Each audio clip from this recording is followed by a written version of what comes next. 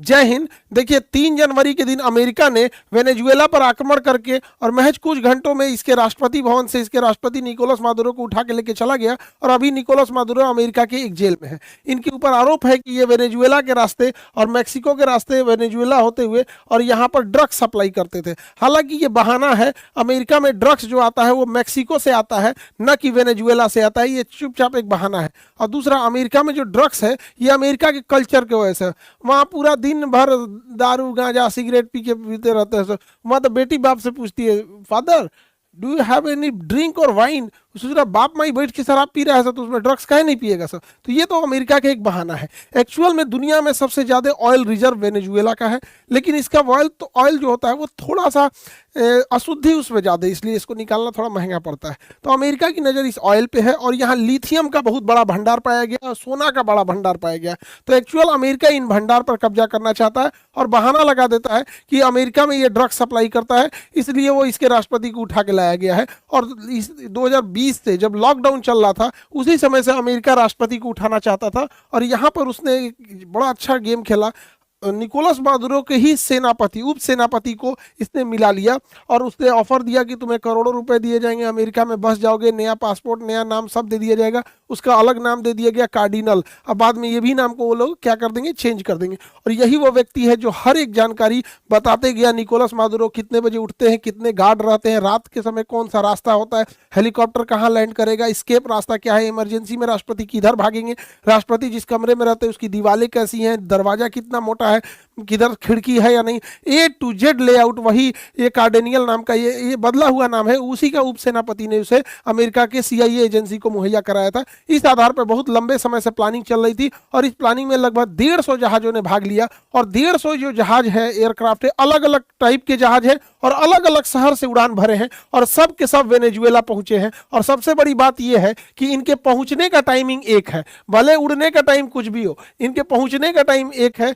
Venezuela को ये लोग संभलने का मौका नहीं दिए और समझते हैं कौन कौन सा इसमें यूज हुआ है। तो जो सबसे पहले वेनेजुएला में एंट्री मारा था, RQ सेंटेलियन नामक ड्रोन एंट्री मारा था। ये 50,000 फीट की ऊंचाई पर उड़ता है और ये स्टिल्ट ड्रोन है। इसे इतनी बेहतरीन फोटो लेता है, हर जगह की पूरी प्रॉपर फोटो ले लिया। स्टिल्ट है तो ये पकड़ में भी नहीं आया। अब इसके बाद अगला नंबर आता है F-35 का। F-35 रडार में नहीं दिखता है दुश्मन के और इसी का फायदा उठा के वो वेनेजुएला के अंदर प्रवेश कर गया। और जब ये वेनेजुएला में प्रवेश किया, अलग अलग जहाजों से, कोई एयरक्राफ्ट कैरियर से उड़ान भरा है, कोई प्यूर्टो रिको के सैन्य अड्डा से भरा है, कोई यहाँ से अलग अलग जगहों से भरा है। तो इसे वेनेजुएला देख नहीं पाई क्योंकि ये स्टिल्थ रडार है। और ये क्या किया, वेनेजुएला के रडार पे फेक सिग्नल भेजना चालू किया। तो वेनेजुएला के रडार कंफ्यूज हो गए कि अचानक से इतने जहाज कैसे आ गए। ये इसका इलेक्ट्रॉनिक वॉरफेयर का तरीका है। अब इसके पीछे चला गया ग्राउलर। ग्राउलर जहाज जो है ये बहुत खतरनाक है, ये इलेक्ट्रॉनिक वॉरफेयर के काम में आता है। ग्राउलर जहाज की खासियत क्या है, ये फेक सिग्नल रडार पे भेज दिया। जब से फेक सिग्नल रडार पे भेजा तो जो वेनेजुएला के रडार थे वो काम उतना अच्छा से नहीं करने लगे। अब यहाँ वेनेजुएला ने एक गलती कर दिया, उसने इन रडार की फ्रीक्वेंसी बढ़ा दी देखने के लिए कि कौन क्या प्रॉब्लम आ गया। हाई पावर फ्रीक्वेंसी दिया और जैसे फ्रीक्वेंसी बढ़ाया गया तो वो तुरंत ये यही चाह रहा था ग्राउलर जहाज, इसके अंदर एक सेंसर लगा हुआ है, वो हाई फ्रीक्वेंसी को देखकर AGM मिसाइल मार देगा। और ये AGM मिसाइल जो होती है रडार किलर मिसाइल कहा जाता है। जहां से हाई फ्रीक्वेंसी आती है वहीं चली जाती है। 9 सेकंड के अंदर 12 रडार उड़ा दिया। वेनेजुएला का आसमान अंधा हो गया। अब पूरा मैदान खाली था। ये रडार YJ रडार थे जो चाइना से आए थे। अब वेनेजुएला के ऊपर कोई जहाज जाएगी, वेनेजुएला को कुछ पता चलने वाला नहीं है। अब यहां अमेरिका से उड़ान भर के के ऊपर पहुंच जाता है B-52। ये सेकेंड वर्ल्ड वॉर के समय भी बम गिराया था। इसमें 8 इंजन लगे होते हैं और ये कारपेट बम्बिंग की तरह होता है। तो जो उसका जहां से ये डर था कि वेनेजुएला यहां से अटैक कर सकता है, वहां इतना हैवीली बम्बार्डमेंट कर दिया कि पूरी वेनेजुएला में जो उसकी मिलिट्री एस्टेब्लिशमेंट थी वहां अफरा तफरी मच गया। अब वेनेजुएला के आंतरिक भाग पर हमला भी करना जरूरी था जहां से रिजिलियंस आ सकता था। उसके लिए B-1 लेंसर का यूज हुआ। ये लेंसर जहाज जो होती है ये बड़ा, इसका बनावट ऐसा है कि ये जब दुश्मन के एरिया में घुसता है तो फट से चला जाता है, अंदर प्रवेश कर जाता है। तो जब ये इसे तेज उड़ना रहता है तो अपने विंग्स को ये हल्का मोड़ लेता है और तेज उड़ जाता है। लेकिन जब इसे बम गिराना होता है तो विंग्स को खोल लेता है, क्योंकि जब जितना चौड़ा विंग्स रहेगा धीमा उड़ना आसानी होगा। तो B-52 पहले पूरा बम गिरा दिया, उसके बाद ये विंग्स मोड़ के तेजी से वेनेजुएला के अंदर प्रवेश किया और अंदर प्रवेश करने के बाद ये अपने विंग्स को फैला दिया और धीरे धीरे उड़ते हुए टारगेट के ऊपर बम्बार्डमेंट करना चालू कर दिया। इसके पीछे अब आते हैं असली जो इसमें कमांडो भाग लिए थे, डेल्टा फोर्स वाले। डेल्टा फोर्स जिस हेलीकॉप्टर से सबसे पहले एंट्री करते हैं वो हेलीकॉप्टर का नाम है नाइट स्टॉलर। नाइट स्टॉकर जो जहाज होते हैं इनमें आगे एक गनर बैठा होता है जो आगे से आ रहे दुश्मन को मारता है, 2 कमांडो इस साइड से 2 कमांडो इस साइड से, यानी हर डायरेक्शन से कमांडो इस पे बैठे रहते हैं। अब कहीं से भी अगर कोई दुश्मन का स्नाइपर खड़ा है, कहीं कमांडो है, कहीं मिलिट्री है, उसको ये लोग अंधाधुन मारते हुए आगे बढ़ गए। ये नाइट स्टॉकर के पीछे आता है सी हॉक। सी हॉक की खासियत क्या है, इसके आगे गनमैन बैठे होते हैं, वो अगर कोई बचा हुआ है उसको मार देंगे और पीछे इनके खाली जगह होता है जहां पे ये कमांडो ड्रॉप भी कर सकते हैं। तो ये हमला भी करेगा और ड्रॉप भी कर देगा, ये दोनों का काम कर देगा। तो आगे नाइट स्टॉकर गया, पूरा साफ कर दिया, जो बचे हुए उसे सी हॉक साफ कर दिया। अब उसके पीछे आते हैं चिनूक हमला करने के लिए नहीं आया था, इसमें ज्यादा से ज्यादा सैनिक बैठ जाते हैं, ये गया था ड्रॉप करने के लिए। इसमें बीच से भी कोई सैनिक निकल सकता है और साइड से भी। और अगर मॉडुरो अगर मान के चलिए लेट जाते या कहते कि हम नहीं जाएंगे या उन्हें चोट लग जाता, कंटेनर में टांग के ले जाता सब, लेकिन उनको लेके जरूर जाता सब। अब तक आधे कमांडो वेनेजुएला के अंदर प्रवेश कर गए थे। इधर नौसेना बेस से वेनेजुएला की ओर और कमांडो की सप्लाई करने के लिए फास्ट हेलीकॉप्टर ऑस्प्रे का यूज किया गया। यह हेलीकॉप्टर और जहाज का मिश्रण है। जब ये उड़ान भरता है तो इसके विंग्स ऊपर होते हैं और जब हाइट ले लेता है तो धीरे धीरे इसके विंग्स जो होता है आगे आना चालू करते हैं। इसके विंग्स ये फोल्ड होकर आगे आना चालू करते हैं और धीरे धीरे ये आगे चले आते हैं और ये उड़ता फिरता विमान हो जाता है। तो ये उड़ता हेलीकॉप्टर की तरह आ जाता है। तो जो बैकअप में जो आधे कमांडो थे उन्हें फास्ट लेके अंदर आए सब, ताकि वेनेजुएला पे ज्यादा से ज्यादा कार्रवाई किया जा सके। और वेनेजुएला का और कोई रडार काम तो नहीं कर रहा है, कहीं इससे कहीं पड़ोस से कोई मदद तो नहीं मिल रही है। तो अमेरिका के जो जहाज अंदर गए थे उन्हें भी रास्ता दिखाने के लिए कोई रडार होना चाहिए कि नहीं चाहिए, आखिर वो कहां से रास्ता देखेंगे। तो उनको लिए उड़ता फिरता रडार भेजा गया जिसकी क्षमता 400 किलोमीटर थी। इसे हम लोग हॉक आई बोलते हैं। हॉक आई ये USS जिराल्ड R4 पर ये खड़ा था। यहां से उड़ान भर के ये वेनेजुएला के ऊपर उड़ने लगा और ये वेनेजुएला के ऊपर उड़ते हुए उड़ता फिरता ये कमांड सेंटर हो गया, सारे जहाजों को कोऑर्डिनेट करने लगा। और वेनेजुएला के ऊपर ये 3 रडार ऑटोमेटिक अमेरिका उड़ता चलता फिरता रडार ले आके रख दिया। और जिराल्ड R4 ये कैरेबियन सागर में अपना लंगर डाले हुआ था ताकि कोई दुश्मन का जहाज या कोई चाइना या रसिया कोई बैक सपोर्ट इसे न दे दे। यदि वेनेजुएला की नेवी अगर हरकत में आती है तो वेनेजुएला अगर पनडुब्बियों को पानी में रखता है तो पनडुब्बी बड़े खतरनाक होते हैं, इन्हें साइलेंट किलर कहा जाता है। तो पनडुब्बियों को मारने के लिए अमेरिका के पास बोइंग का बनाया हुआ P-8I पोसाइडन जहाज है। ये जहाज में देखिएगा एक भी खिड़की वगैरह नहीं है, इसके अंदर बहुत सारे सेंसर लगे हुए हैं नीचे की ओर और इसके अंदर पूरा कमांड एंड कंट्रोल सिस्टम है। अगर कोई भी पनडुब्बी देख लेगा तो ये ऊपर से ही मिसाइल गिरा देगा। पानी के अंदर चलने वाली मिसाइलों को तारपीडो कहते हैं। ये वेनेजुएला के नौसेना को ध्वस्त करने के लिए इसे लगाया गया था। ये भी ऊपर से कमांड कर रहा था, एक और सी हॉक कर रहा था, हॉकाई, और ऊपर से ये अपना पोसाइडन जहाज उसकी निगरानी कर रहा था। और वेनेजुएला के सामने पूरी की पूरी अमेरिका ने नौसेना का बेड़ा खड़ा कर दिया था।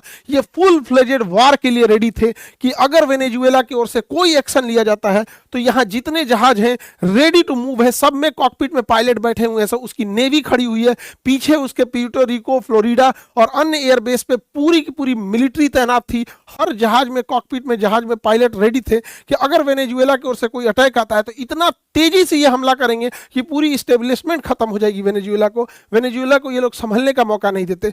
और जब ये पूरी की पूरी अंदर प्रवेश कर गए सब, तब असली खेल चालू होता है। पूरे वेनेजुएला को आइसोलेट कर दिया जाता है और वेनेजुएला पे होता है अब साइबर अटैक। साइबर अटैक जब होता है तो वेनेजुएला में जो पावर सप्लाई की जाती है और जो पावर ग्रिड होती है, इसमें भी तो कंप्यूटर लगा है और वो कंप्यूटर या तो माइक्रोसॉफ्ट का होगा या तो मैकबुक का होगा। उस कंप्यूटर पे अपडेट के नाम पे पहले ही एक मॉलवेयर भेज दिया गया था, वायरस भेज दिया गया था, जो एक्टिवेट करके पूरी लाइट सिस्टम को ही, मेन पावर को ही सप्लाई काट देता है। पावर ग्रिड से ही काट देता। अब ये लोग कंप्यूटर से ऑन करते रहते हैं, कंप्यूटर में ऑन नहीं होता है, कंप्यूटर ही ऑन नहीं होता है। और चलाओ गूगल, माइक्रोसॉफ्ट और लैपटॉप, ये लोग का बार बार समझाते हैं कि अपना जब तक नहीं होगा तब तक दिक्कत होगा। पूरी शहर में, पूरे देश में ब्लैकआउट हो जाता है, पूरा शहर अंधेरा छा जाता है, किसी को पता ही नहीं चलता है क्या होता है। उसके गूगल सैटेलाइट काम करना छोड़ देते हैं, जीपीएस काम करना, वेनेजुएला, अमेरिका का ही जीपीएस वेनेजुएला का जीपीएस काम करना बंद कर देता है। जो भी कंप्यूटर माइक्रोसॉफ्ट और गूगल थे उसका डाटा पहले ही ले लिया गया था। उसके command and computer system hang होने लगते हैं, काम नहीं करता है। अचानक से वेनेजुएला के ऊपर एक भी जहाज का रडार का पूरा रडार खाली कर दिया जाता है। ये इतना उसका साइबर कमांड फोर्स इतना एक्टिव था अमेरिका का। जब वेनेजुएला चारों ओर से घिर जाता है तब खेल असली शुरू होता है। चिनूक हेलीकॉप्टर से आए कमांडो बिल्डिंग के छत पर उतरते हैं और इन्हें पता रहता है कि मादुरो जिस मकान में रहेंगे, जिस रूम में रहेंगे, उस पर स्टील की मोटी दीवारें होंगी और उसको तोड़ना बड़ा मुश्किल होगा। इसके लिए ये अपने साथ थर्मल लेंस और ब्लू टॉर्च लेके जाते हैं। ये कितनी भी मोटी स्टील की परत क्यों ना हो, उसे काट के गिरा देते हैं। अब ये पता कैसे चलेगा, इनके पास तो हथियार है काट के गिरा देने के लिए, किस कमरे में मादुरो है ये कैसे पता चलेगा? कमरा तो बंद रहेगा अंदर से। इसके लिए पूरी बिल्डिंग में मादुरो कहाँ है, इसके लिए इन्होंने ग्राउंड पेनिट्रेटिंग रडार रखा था, वॉल पेनिट्रेटिंग रडार। इस रडार से हम अगर रखते हैं तो उसके अंदर क्या चीज़ है दिख जाता है। ये तो नॉर्मल भी चीज़ यूज होती है, जैसे ट्रक में क्या जा रहा है क्या नहीं जा रहा है तो पूरा खोल के पहले यूज होता था, अब तो रडार से ही ऐसे देख लिया जाता है। लेकिन ये उससे हाई पावर होता है और अंदर ये इंफ्रारेड सिग्नल और हीट सिग्नेचर भेज के भी पता कर लेता है कि इस वॉल के अंदर कितने लोग हैं। और जैसे ही वॉल के अंदर देखा गया कि 2 लोग हैं और कद काठी से पता चल गया कि तो तुरंत दरवाजा तोड़ के अंदर घुस गए और अमेरिकी कमांडो, डेल्टा फोर्स के कमांडो इन्हें उठाकर और यहां से वेनेजुएला से उठाकर और अपने हेलीकॉप्टर में लेकर, और यहीं अमेरिकी नौसेना का जहाज खड़ा था यूएसएस इवो जीमा, और इसी के ऊपर लैंड किया गया और यहीं से ये फोटो रिलीज की गई थी और पूरी दुनिया को बताया गया कि वेनेजुएला के राष्ट्रपति निकोलस मादुरो को किडनैप करके ले आ जा चुका है और अब वो अमेरिकी नौसेना के एक जहाज पे है। यहाँ से इन्हें प्यूर्टो रिको के भेजा गया हेलीकॉप्टर से, फिर यहाँ से ये फ्लोरिडा है और यहाँ अभी न्यूयॉर्क में पहुंचे हैं। इनके ऊपर मुकदमा चलाया जा रहा है। एक छोटी सी जेल की सेल मिली है, इसी के अंदर बाथरूम है। एक राष्ट्रपति का ये हाल कर दिया है अमेरिका, पूरी दुनिया को अमेरिका ने दिखा दिया है। अब पूरी दुनिया अमेरिका अपनी नीतियों पे नहीं चल रहा है, अमेरिका ट्रंप की नीति पे चल रहा है। ये दिखाता है कि जब कोई एक तानाशाह पागल होता है तो देश से बड़ी अपनी नीतियां बना देता है। अमेरिका के लिए आगे चल के ये बहुत घातक साबित होगा। वेनेजुएला के पास रूस का दिया हुआ S-300 भी एयर डिफेंस था जो काम नहीं आ सका। Actual S-300 missile defence system ये 30 साल पुराना है। ये F-16 जहाज़ों के लिए कारगर था, लेकिन अमेरिका ने इसमें X-16 जहाज यूज ही नहीं किया। दूसरा, वेनेजुएला के पास रूस से खरीदा हुआ सुखोई 30 जहाज है। ये सुखोई 30 जहाज भारत के पास भी है। अब समस्या क्या आएगा, इन जहाज़ों को अमेरिका ले जाएगा अपने नेवाडा एयरफोर्स स्टेशन। अब वहाँ इसको ये उड़ा के देखेगा कि कितने डिग्री एंगल ये नहीं मुड़ सकता है, तो इसके एक्चुअल कहां कहां ड्रॉबैक है। अब अगर सुखोई पर हमला करना होगा तो ये जो जहाज है, जैसे पाकिस्तान F-16 यूज करता है, तो ये अपने जितने भी जानकार हैं जो इसके दोस्त हैं उसको बता देगा कि अगर इस जहाज को मारना है तो इतना डिग्री नहीं मुड़ सकता है, कितना ऊपर जा सकता है, कितना नहीं जा सकता है, ब्लैक पॉइंट क्या है, और फिर इसका रिवर्स इंजीनियरिंग करके निकालेगा। ये वेनेजुएला के साथ साथ रशिया के लिए भी एक बहुत बड़ा सरदर्द है। हालांकि वेनेजुएला के पास S-300 था जो F-16 को मार गिराता है, इसलिए अमेरिका ने इसे यूज ही नहीं किया। अगर उसके पास S-400 था तो ये F-35 को भी पकड़ लेता, लेकिन उसके पास ये नहीं था, इसलिए अमेरिका यूज कर रहा है और कह रहा है देखो मैंने तुम्हारा पूरा एयर डिफेंस सिस्टम ध्वस्त कर दिया। अरे भैया, तुम F-35 लेके काहे नहीं घुस गए रूस में? और तुम्हारा जब केरल में खराब हुआ था F-35, काहे नहीं चले आए? S-400 का रडार F-35 को लॉक कर सकता है, ऐसा नहीं है। तो ये तो नॉर्मल देश को, और दुनिया का इतना बड़ा सुपर पावर बैकअप में रखा है नाटो, तो कोई भी देश उतना आगे जा सकता है। और हमारे देश को इतना ह्यूमिलिएट किया ये इंसान, पागल हो गया है ये। भारत को बड़ा अपशब्द बोला।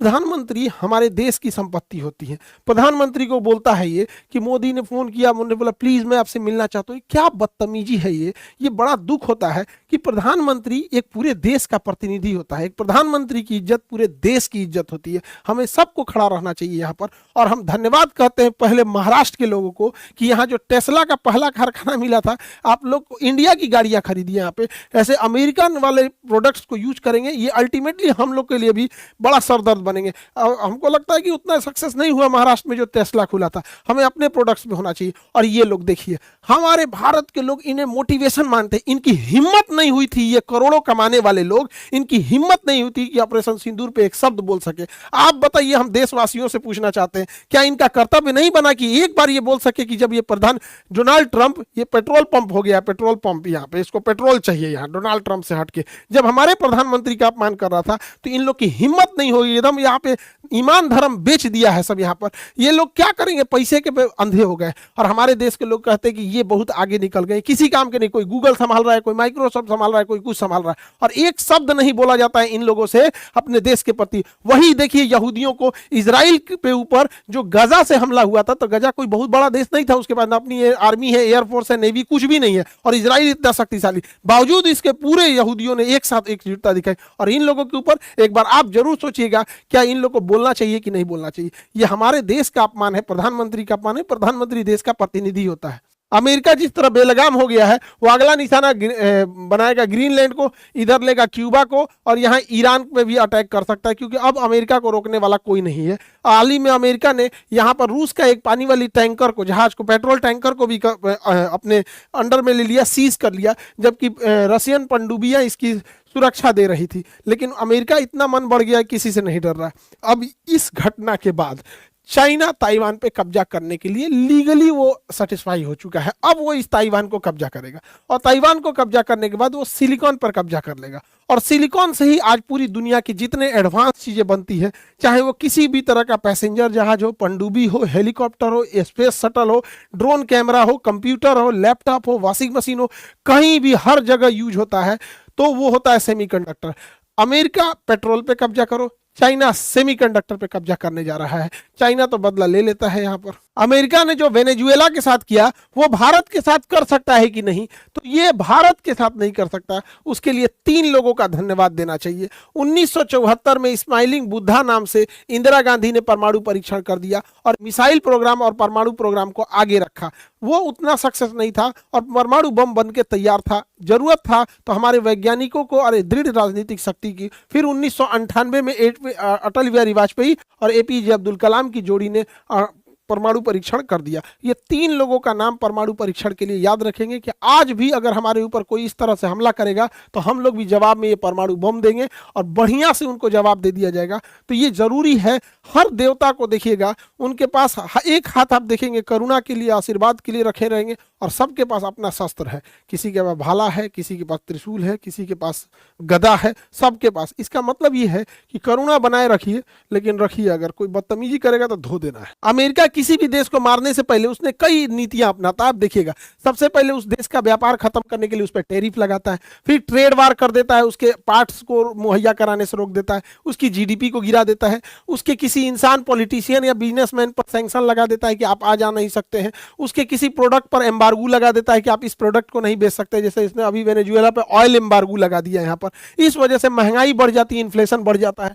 और अमेरिका के पास सोशल मीडिया की ताकत है। इस सोशल मीडिया की ताकत से उसी देश की जनता को वो उग्र कर देता है, विपक्ष के नेता को नोबेल पुरस्कार दे देता है, और इसकी मदद से वो अंतर में ही गृह युद्ध का एक माहौल बना देता है। फिर यूएन में कहता है कि वहां लोकतंत्र खतरे में है, और खुद क्या करेगा, उस देश को चारों ओर से घेर लेगा, नौसेना से चारों ओर से, एयरफोर्स से, और अचानक एक दिन समय देख के हमला कर देगा। यही चाइना हमेशा से करते आया है। चाहे वो 2006 में सद्दाम हुसैन को भी ऐसे ही घेरा था, 2011 में गद्दाफी को, 24 में बशर अल असद को, सबने यही किया था कि डॉलर का पैसा इन्होंने पेट्रोल का पैसा डॉलर में न लेके रीजनल करेंसी में लेने का प्रयास किया था। इन लोगों को आज तक नहीं समझ में आता है कि चाइना, अमेरिका पिछले 3-4 साल से घेर के इकोनॉमी गिरा देता है। अमेरिका को अगर कोई अच्छा से जवाब दे सकता है तो किम जोंग। अमेरिका जब भी इसके बारे में कुछ भी बोलता है, अभी कल तो 2-4 गो हाइपरसोनिक मिसाइल मारा है, इसका सीधा कहना है अगर अमेरिका कोई एक्शन हमारे ऊपर लेगा, घेराबंदी चालू होगा, तो सबसे पहले जापान को मुंगा देंगे और साउथ कोरिया को मार देंगे। ये दोनों बहुत डेवलप है। ये कहता है हम क्या किए, कहा वो सब हम नहीं जानते हैं, हम तुमको मार के खत्म कर देंगे, परमाणु बम पहले इन्हीं पे मारेंगे।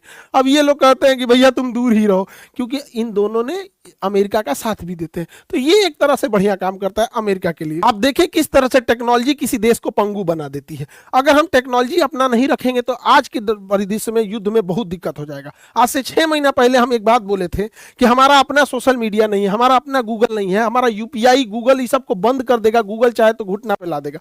तो बहुत आदमी गुस्सिया गए थे कि सर ऐसे कैसे कर दिए, भारत इतना कमजोर है कि गूगल घुटना पे ला जाएगा। एगो इंडिगो ला दिया था घुटना पे, ले एगो इंडिगो जहाज।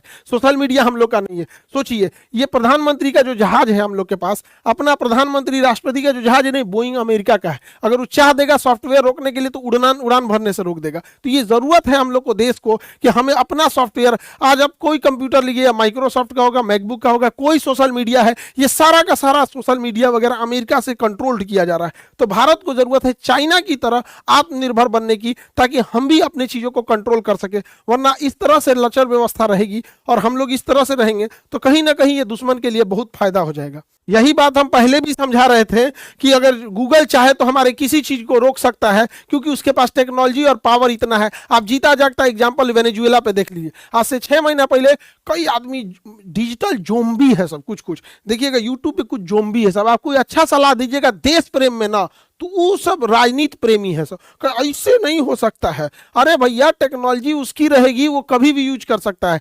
एक अपडेट के नाम पे कोई सॉफ्टवेयर भेजेगा, उसके अंदर क्या मालवेयर भेज दिया, क्या वायरस भेज दिया, कुछ नहीं बुझाता है। इसलिए जितना जल्दी हो समझ जाना है उतना ही अच्छा ही है। देखिए, आज जैसे 2026 में अमेरिका ने वेनेजुएला पर हमला करके वहां के राष्ट्रपति को उठा ले गया, ऐसे ही 1980 के दशक में अमेरिका ने 1979 में ईरान में भी पूरा हेलीकॉप्टर लेके घुस गया था और ईरान के एम्बेसी पे ईरान ने उसके लोगों को किडनैप कर रखा था। तो अमेरिका हेलीकॉप्टर लेके घुस गया और ईरान को ले के चला आया था, लेकिन आंधी उड़ गया ईरान में और उसका कुल हेलीकॉप्टर ढह गया, नीचे गिर गया और अमेरिका का यह प्लान फेल हो गया। और अगर आप कहेंगे तो इस पे भी एक वीडियो बनाएंगे कैसे ईरान पर अमेरिका ने किया था। ईरान अमेरिका में इतनी बेहतरीन दोस्ती थी, वैसे ही दोस्ती थी जैसे अमेरिका और वेनेजुएला में। अमेरिका और वेनेजुएला में बहुत अच्छी दोस्ती थी। अमेरिका ने भी उसे हथियार दिया था और ईरान से भी दुश्मनी हो गई, वेनेजुएला से भी दुश्मनी हो गई और अगला नंबर संभवतः ईरान का है।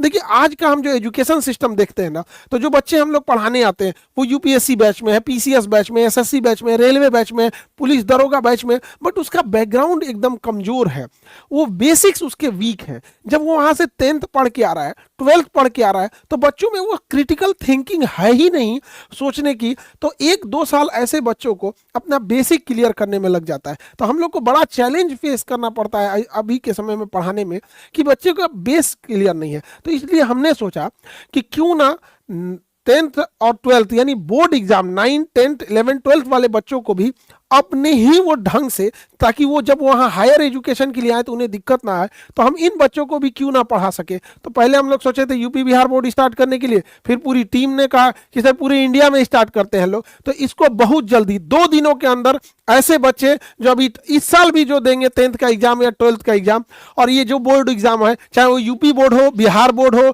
झारखंड बोर्ड, मध्य प्रदेश बोर्ड, सारे बोर्ड के एग्जाम को लेके हम लोग तैयारी करने के लिए स्टार्ट कर रहे हैं। और ऐसे बच्चों को पूरी 0 से लेकर और किस तरह से जब वो 12th पास करके जाए तो फर्स्ट अटेम्प्ट में वो किसी भी जॉब को निकाल सके। तो इस पर हम लोग तैयार कर रहे हैं ताकि उसकी थिंकिंग डेवलप हो सके। और यूपीएससी बैच जो 10,000 का था, इस पे ऑफर है, अभी भी है, मकर संक्रांति तक 5,000 में यूपी पीसीएस या झारखंड पीसीएस हो जाए या फिर बीपीएससी हो जाए, किसी भी पीसीएस का एग्जाम जो फीस है उसको सबको ऑफर देके 2,200 कर दिया गया, लगभग 2,000 में।